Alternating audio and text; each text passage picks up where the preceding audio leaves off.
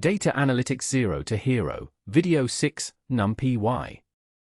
Video 6 of the 30-part series, and the start of the tools block, NumPy, the array library nearly every other data tool in Python is built on top of. We'll load real numeric columns from TCARs, the 1974 Motor Trend Car Road Test data, into NumPy arrays. Let's jump straight in. Running the cell now. Before you start, open a new Jupyter notebook in VS Code and select your Python interpreter as the kernel. Install NumPy if you haven't already, with pip install numpy. Place mtcars.csv in the same folder as this notebook. Running the cell now. Once NumPy is installed and your kernel is selected, you're ready to go. Subscribe so Video 7, Pandas, lands automatically once you're done here. Let's dive in.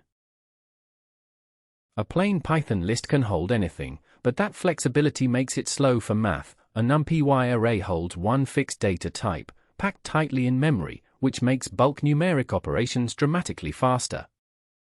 Part 1. Why NumPy? Arrays versus lists. Running the cell now.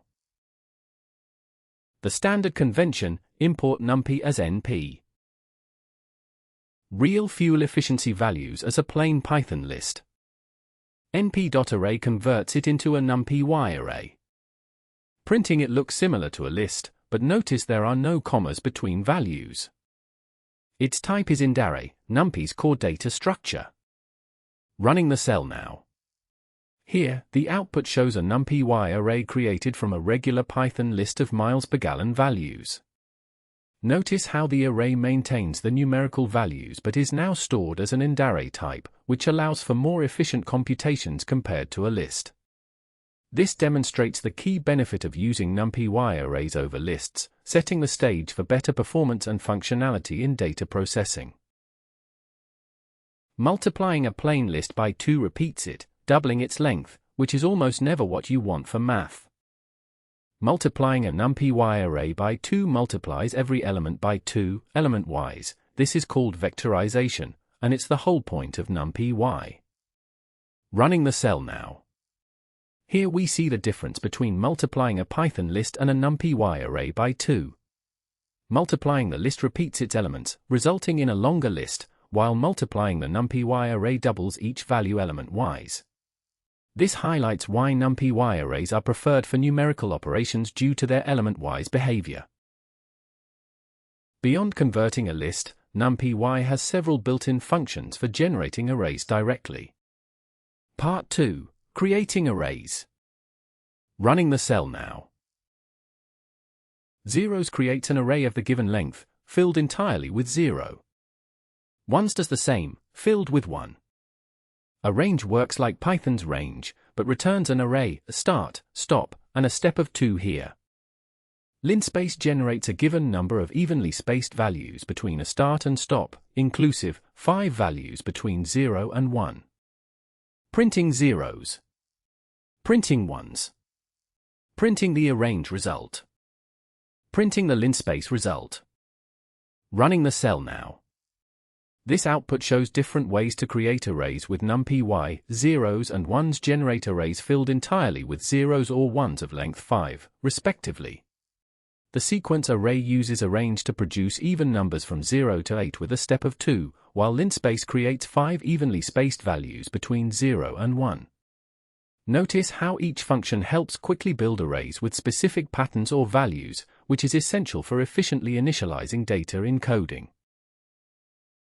A list of lists becomes a 2-dimensional array, a grid of rows and columns. Printing it displays 2 rows. Shape reports the dimensions as a tuple, 2 rows, 3 columns. NDIM reports the number of dimensions, 2. Running the cell now. Here, the output shows our 2D array or grid with 2 rows and 3 columns, just as we defined. The shape, 2, 3, confirms this structure, and NDIM equals 2 tells us it's a 2-dimensional array. This highlights how NumPy arrays can represent data in multiple dimensions, a key concept when creating and manipulating arrays. Indexing a NumPy array works like a list for one dimension and extends naturally to more dimensions with a comma. Part 3. Indexing and slicing. Running the cell now. 6 real miles per gallon values. Index 0 gets the first element, same as a list. Negative indexing gets the last element. A slice from index 1 up to, but not including, index 4. Omitting the start defaults to the beginning, this gets the first 3. Running the cell now. This output demonstrates basic indexing and slicing of a NumPy array, a key skill in part 3.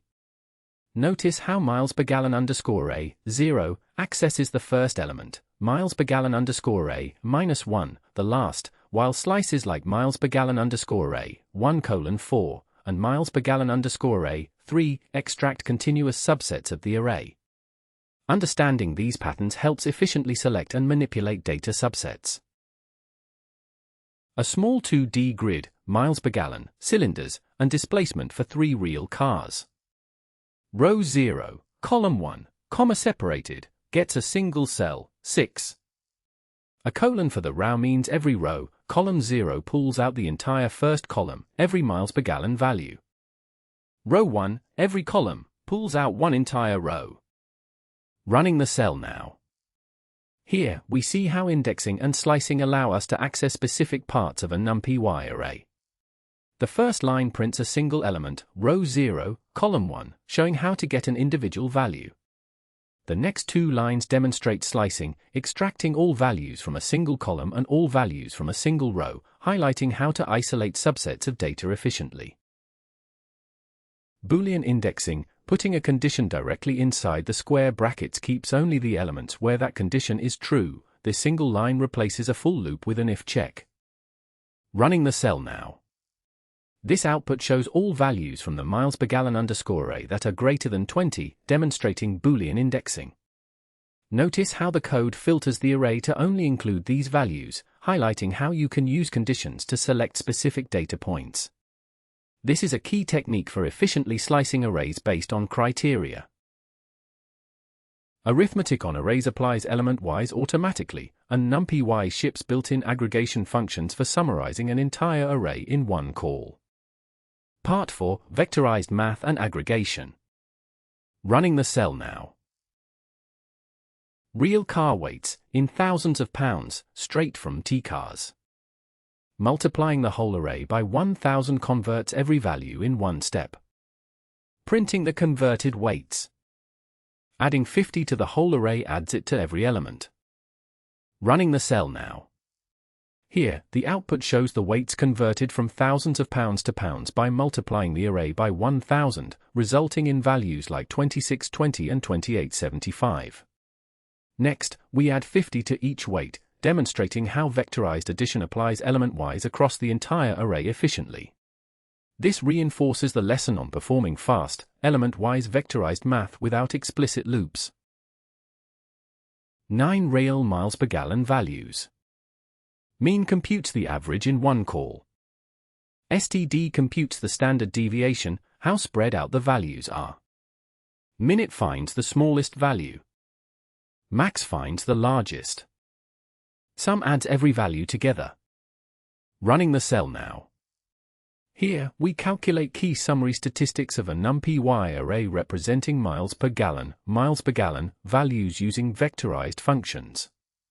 Notice the mean miles per gallon is about 21.77, with a standard deviation of 4.73, showing some variability in fuel efficiency.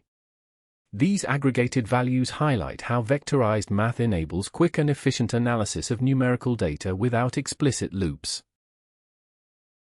NP.round rounds a value to a given number of decimal places, here, the average to 2 decimals. NP.sort returns a new, ascending order array, leaving the original unchanged. NP.median finds the middle value, less sensitive to extreme outliers than the mean. Running the cell now.